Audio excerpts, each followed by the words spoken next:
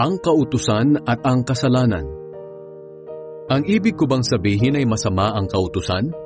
Aba hindi, sapagkat kung walang kautusan, hindi ko malalaman kung ano ang kasalanan.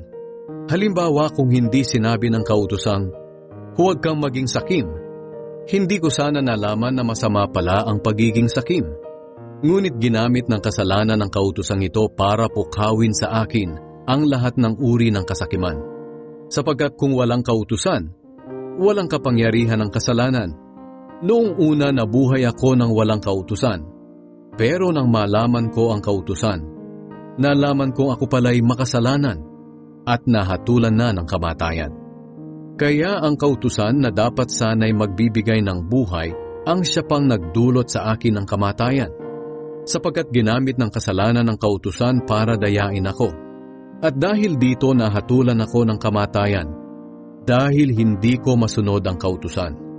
Pero sa kabila nito, banal pa rin ang kautusan. Ang bawat utos nito ay banal, matuwid, at mabuti.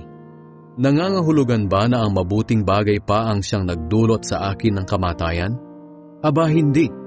Ang kasalanan ang siyang nagdulot nito. Ginamit ng kasalanan ng kautusan na isang mabuting bagay para ako'y mahatulan ng kamatayan.